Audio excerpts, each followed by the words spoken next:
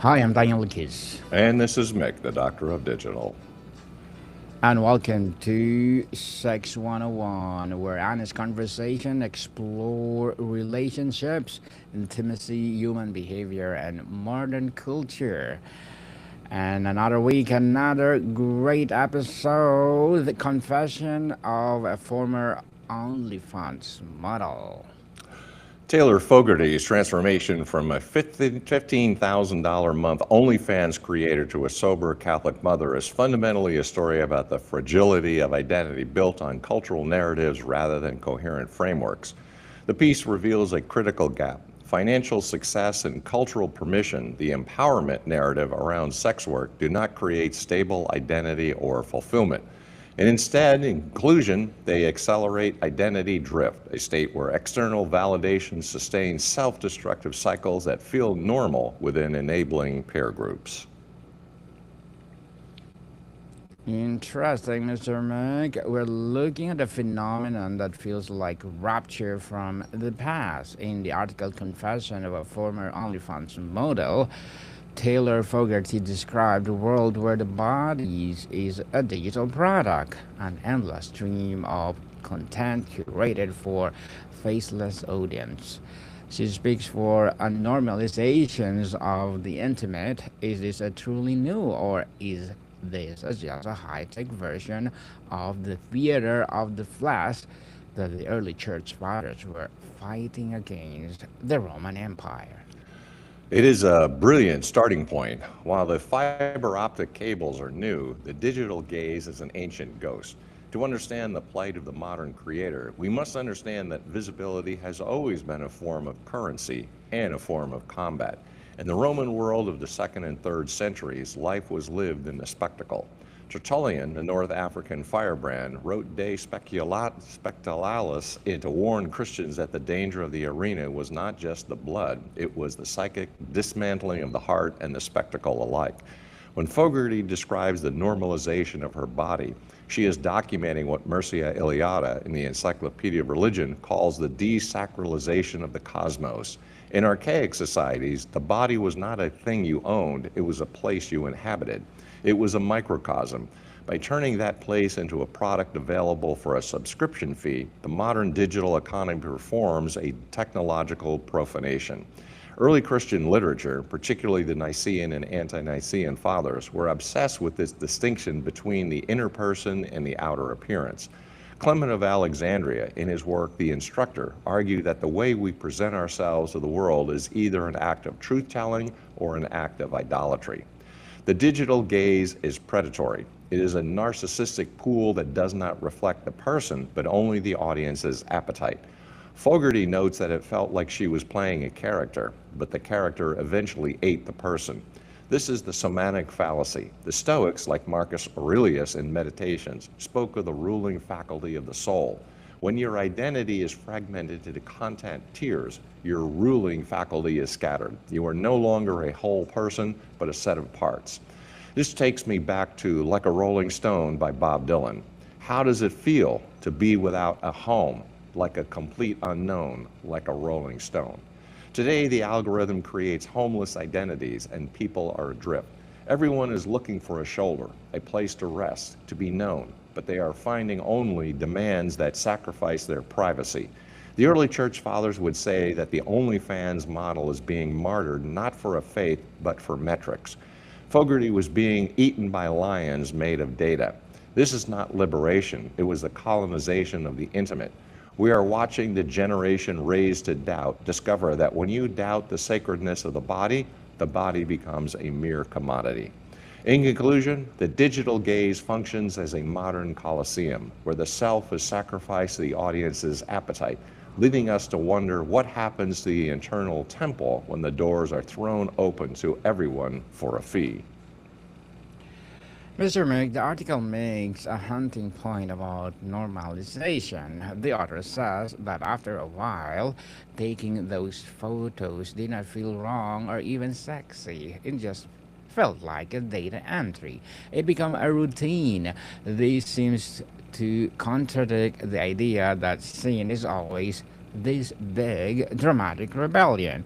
Is there a psychological or theological frameworks for how we habituate ourselves into losing our sense of sacredness? This is perhaps the most dangerous aspect of the digital age, the boredom of the extreme, what Hannah Arendt might describe as the banality of evil. The Desert Fathers, those 4th century ascetics like Evagrius Ponticus, identified a state often translated as sloth, but it is too simple. It is the noonday demon. It was a spiritual apathy, a listless flatness where nothing has weight and everything is a chore. When Fogarty describes her work as data entry, she is experiencing a chore in its purest modern form. She has been habituated to the extreme. In contemporary psychology, we call this hedonic adaptation. The brain's dopamine receptors become fried by constant stimulation, so what used to be a transgression or a revelation becomes a spreadsheet. But from a Judeo-Christian perspective, this is a loss of the Jewish concept of intention. In the Torah and the Talmud, an action is only holy if it is performed with a conscious directness toward the divine. When the model normalizes the intimate, she is removing the intention from the act. She is performing a liturgy of the mirror, but the mirror is empty. Clement of Alexandria warned against this in The Instructor. He argued that habit is a second nature, and if we habituate ourselves to profane our own boundaries, we eventually lose the ability to even recognize these boundaries. We become hollowed out. That tight posture is the body's way of trying to protect a soul that has been habituated to exposure. Fogarty is newsjacking her own soul. She is injecting her private life into the breaking news of the digital feed. But when everything is breaking news, nothing is sacred. The generation raised to doubt has been raised to doubt that anything can be sacred because everything is content and in reach. In conclusion, the normalization described is actually a form of spiritual amnesia that protects the ego while starving the soul, prompting a deeper look at the price we pay for being known by strangers.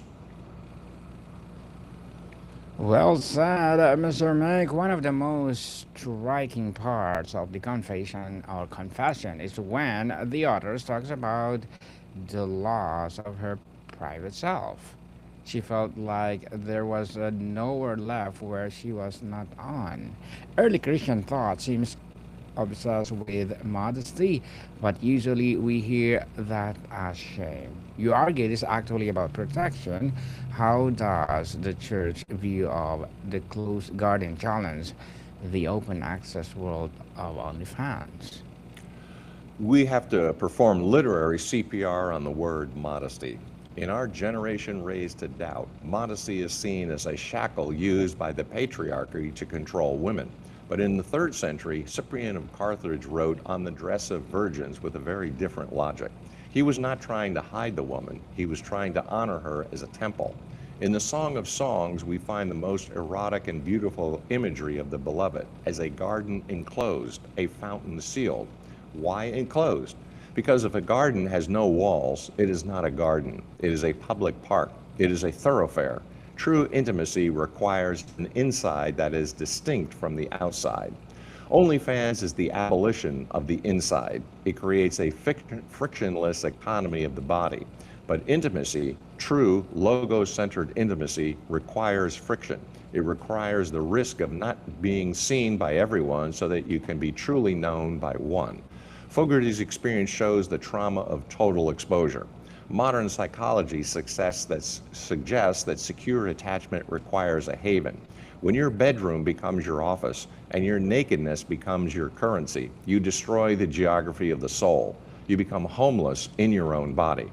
In Hindu and Buddhist thought, there is a concept of leaking energy through the senses. Constant public performance is a leaking of the self. The Church Fathers understood this as a dissolution. Ian Hunter, in I Wish I Was Your Mother, captures the human longing for an intimacy that is before the spectacle. Oh, I wish I was your mother, I wish I'd been your father, and then I would have seen you, would have been you as a child, played houses with your sisters and wrestled with all your brothers, and then who knows, I might have felt a family for a while. Hunter is articulating a desire for the primal family connection, a connection that does not need a filter, a paywall, or a character. The generation made for love is crying on social media because they have been told that transparency is love. But transparency is just exposure. Love requires the shadows of the garden. It requires the private room that the church fathers fought to protect. In conclusion, privacy is not a hiding of the bad, but a housing of the good, which leads us to ask if the digital world has made genuine encounter impossible by removing the risk of being truly seen. Mr. Mick, one of the most striking parts of the confession is when the author talks about the loss of her private self. Let's shift to the hierarchy of the digital space. Fogarty describes top-tier badges and VIP ranks. She was obsessed with her ranking, yet the higher she climbed, the more bottom-heavy her soul felt. This is a version of the sacred order that the church fathers like John Chrysostom described. It is a grotesque mimicry of order. In the Encyclopedia of Religion, Iliada describes how hierarchy is a virtual reality. It points to something higher, a transcendental archetype. In the Onlyfans basement, the hierarchy is horizontal and quantitative. It is about how much, not how good. John Chrysostom, the golden-mouthed bishop of the 4th century, spoke of the hierarchy of love. He saw the family, the church, and the society as a nested order of responsibility. The higher you were, the more you were obligated to the lower. Christ is the Alpha and the Omega because he is the highest who becomes the lowest. In the digital basement, the top creator is not responsible for her subscribers. She is owned by them. And the VIP subscriber does not protect the creator. He consumes her more efficiently. This is a hierarchy of predatory, not stewardship. Fogarty's identity drift was a direct result of trying to navigate a hierarchy that had no top, only an infinite, hungry middle. The generation raised to doubt is looking for order, but they are finding algorithms. The algorithm is a flat god. It does not care if you live or die. It only cares if you engage. Fogarty realized that her rank was a prison. In a sacred order, your value is fixed by God. In a digital order, your value is fluid, based on your last post. This is the uniformity to the digital hierarchy. But as Fogarty discovered, when the uniform is your own commodified skin, the hierarchy becomes a cage. In conclusion, while the hunger for hierarchy is a permanent feature of the human psyche, the digital marketplace offers a vanity of rank that eventually collapses into the isolation of the elite. Mr. Mick, let's shift to the hierarchy of the digital space. Fogarty described top-tier badges and VIP ranks. She has obsessed with her ranking, yet the higher she climbed, the more bottom-heavy her soul felt. Is this a version of the sacred order that the church fathers like John Chrysostom described? Well, Fogarty lived in silence, too. She could not tell her family, she could not be real. But Christianity says the truth shall set you free. And so here we have to distinguish between the sacred silence of the monk and the shameless silence of the digital worker. This is a vital distinction. In the monastic tradition, the rule of Saint Benedict or the life of Antony, silence was the womb of the word. You were silent so that you could hear. It was an active silence. The silence Fogarty describes is a dead silence. It is a silence of duplicity. She was visible to millions but hidden from those who actually loved her. This is a fracture of the soul. Early Christian literature is obsessed with the boldness of speech. To be a Christian was to be public about your private faith, even if it cost you your life. Onlyfans is the inverse, being public with your private body while being silent about your private soul. Confession is the act of bringing the basement into the light. Fogarty's transformation began not when she made more money, but when she confessed. She broke the dead silence by speaking her reality to a sober community. This is literary CPR, breathing the life of truth into the lungs of a person who has been suffocating on their own content. The generation raised to doubt is terrified of the truth because they think the truth is cancellation, but the Judeo-Christian truth is restoration. In conclusion, the silence of the digital life is a shadow that only the light of the truth can dispel, leading us to the deeper question of how we define purity. Purity indeed. Fogarty lived in silence too. She could not tell her family. She could not tell to be real. But Christianity says the truth shall set you free. How do you distinguish between the sacred silence of the monk and the shameful silence of a digital worker? In the modern world, purity is often treated as a relic, but Fogarty's old life was physically taxing and emotional grimy, and her new life was seen as rigid by some. The early Christians viewed purity, and they had to ask the question, was there either clean or being whole? To the generation raised to doubt, purity sounds like a judgment, but to the church fathers, purity was about clarity. It was like a clean lens. In the Encyclopedia of Religion, Eliade notes that purity is often about ritual fitness. In the Jewish ritual immersion, you were not washing off sin, you were transitioning into the sacred. It is a sacred body ritual. Fogarty's life felt dirty even when she was rich. This is spiritual dysphoria. Augustine, in The City of God, makes a radical point about purity. He discusses the violation of virgins during the sack of Rome. He argues that if the will does not consent to the impurity, the soul remains pure. He moved purity from the skin to the will. Fogarty's confessions are a washing of the will. She is reclaiming her wholeness. She is moving from the search for external validation to the search for internal integrity. The 1970s outlaw country movement was all about this grit. Think of Why Me, Lord by Chris Christopherson. The honky-tonk is a confessional. There is a dirtiness to life, and the confessor does not profane the soul if the heart is seeking the home. The Sex 101 take here is, purity is not the absence of desire, it is the presence of covenant. It is the sacred scar that says, I have been through the fire, and I am still one.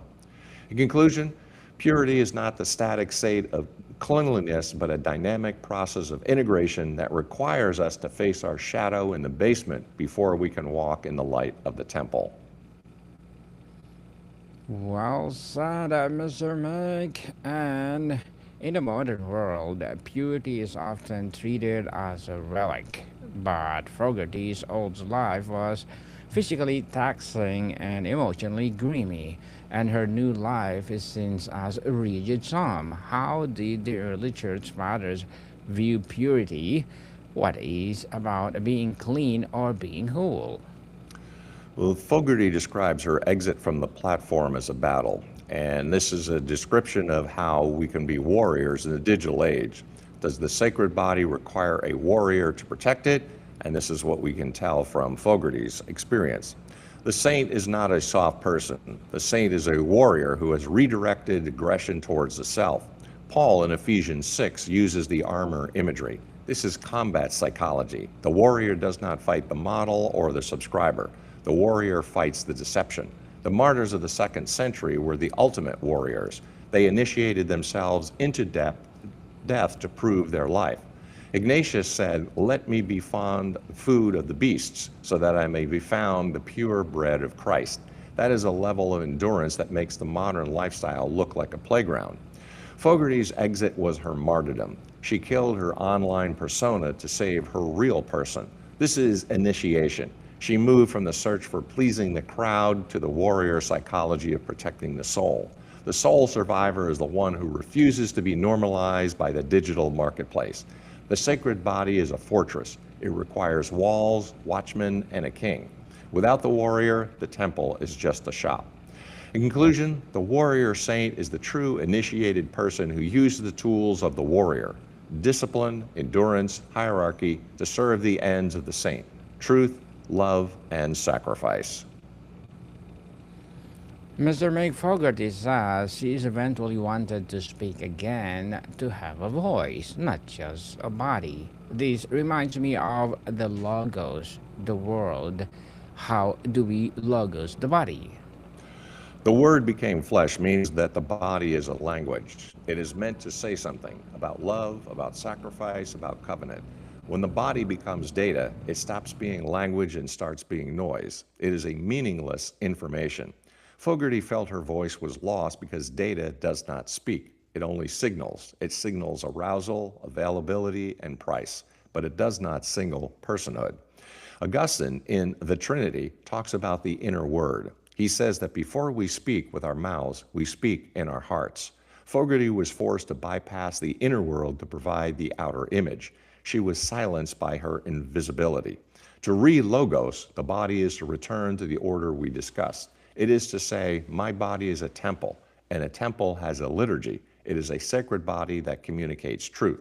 The digital body is a lie that tells the audience they can have the flesh without the word. It tells them they can have sex without a story. The generation made for love is hungry for the story. They are hungry for the logos.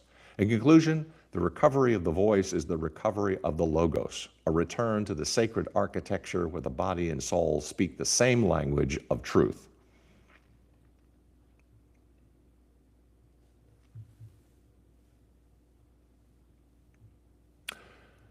And Fogarty ends her piece by talking about ordinary things, drinking coffee, walking the dog. She calls these things sacred now, and the ordinary is the antidote to the extreme. This is the sacrament of the present moment. In the Benedictine tradition, to work is to pray. Sweeping the floor is as sacred as singing a psalm. Why? Because it is real. It has weight. The digital world is extraordinary. It is hyper-real. It is always on, always climaxing, always optimized. The Onlyfans life is a high-performance lie. Ordinary life is a low-performance truth. Fogarty's sacred scar led her to the sacrament of the mundane. She has realized that the uninitiated heart wants the mountaintop, but the initiated heart finds God in the valley. In Judaism, the Sabbath is the sanctuary in time. It is a day where you do nothing to remind yourself that you are a being, not a doing. It is the end of consumption. The generation raised to doubt is exhausted by the extreme. They are burned out by the spectacle. In the digital world, we are ships trying to flare the brightest. In the ordinary, we are ships just trying to dock and be still. In conclusion, the ordinary is the order of the everyday, the fireplace where the passion of the soul is safely housed and warmed rather than being burned out by the digital sun. Mr. Meg, Fogarty did not do this alone. She emphasizes her sober Catholic community. Why is individual willpower insufficient, and why do we need to communal scaffolding to maintain a sacred identity?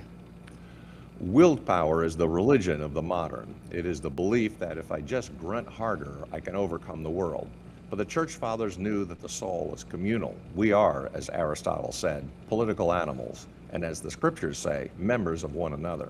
Fogarty could not exit the digital basement because she had no place to go. Sobriety and faith provided the house. The monastic model, the koinonia or fellowship, was built on the radical idea that we are responsible for the salvation of our brother and sisters.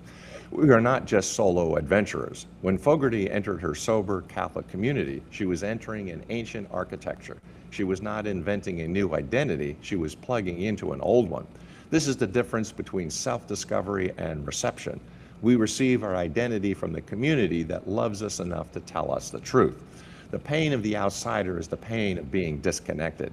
Faith is the cure for the outsider, but it requires humility to enter the community.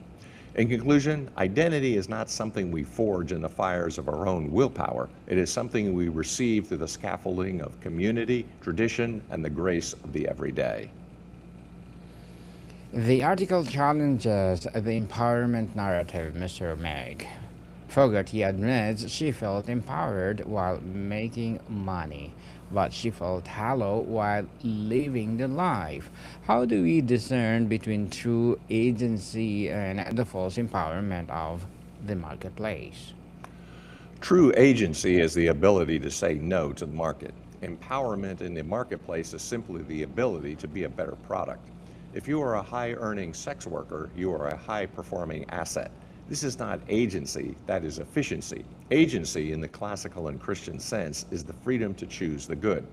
Fogarty's agency only began when she became unprofitable to the algorithm. She regained her agency by losing her income. This is the paradox that the digital world cannot process. The church fathers, like Maximus of the Confessor, argued that the ultimate exercise of agency is the surrender of the self to the divine. You are most free when you are no longer a slave to your own appetites. Your heart will lead you astray. The generation raised to doubt is told that agency is the power to manifest your own desires, but the wisdom of the ages says agency is the power to sacrifice your desires for a higher end. When you are enslaved by the market, you are a long way from the home of the soul. In conclusion, agency is not the expansion of our appetites, but the concentration of our will toward the truth, which allows us to dismantle the scaffolding of the digital self. So, Mr. Mick, as we wrap up, what is the ultimate lesson? Is this just a story about one woman or just a blueprint for a generation? It is a blueprint for the generation made for love. Fogarty's story is a gospel of the gritty. It tells us that even if you have sold your temple, the God of the temple is still there. It tells us that doubt is the basement, but hope is the sacred scar. She is a soul survivor. She is proof that we are made for love, not for consumption. Her pain was not a glitch. It was her logos crying out for truth.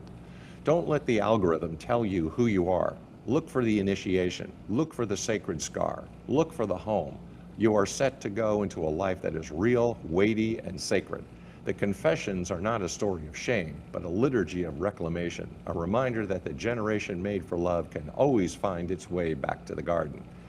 This is not primarily a debate about sex work morality. It is a case study in how environment shapes perception, how financial incentives entrench harmful patterns, and how transformation requires both internal belief shift and external community redesign. The story matters because it exposes the hidden cost of narratives that conflate permission with empowerment.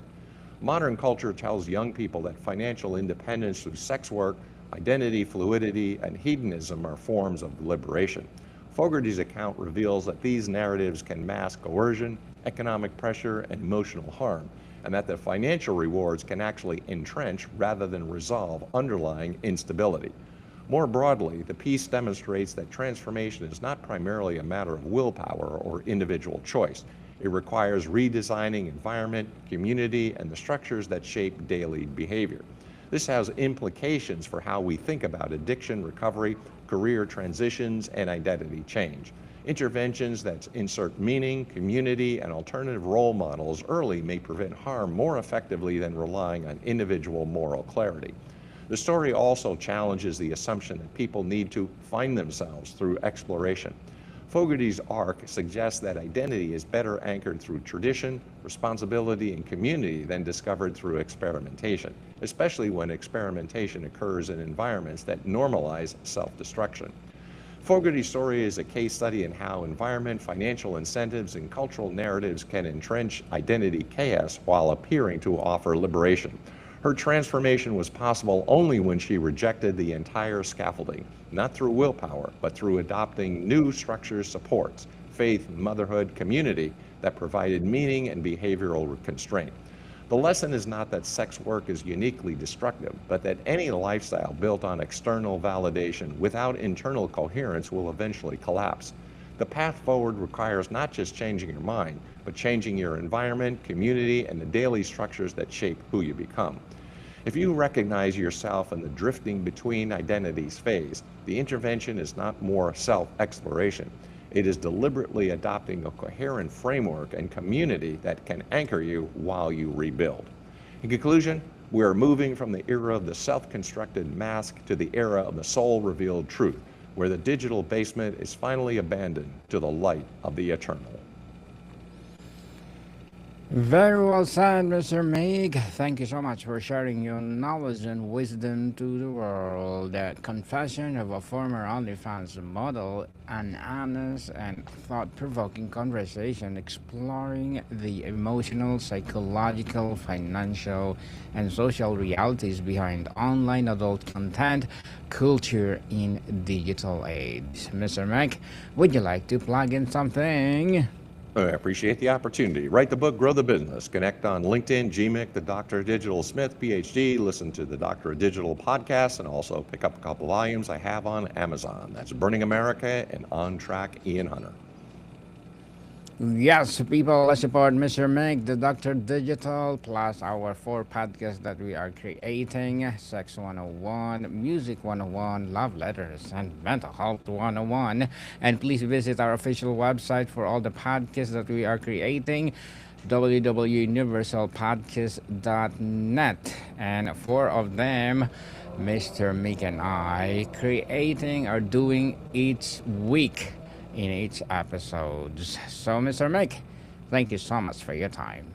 Well, thank you, my friend. Till next time, Deus Volt. Maricam people, see you soon.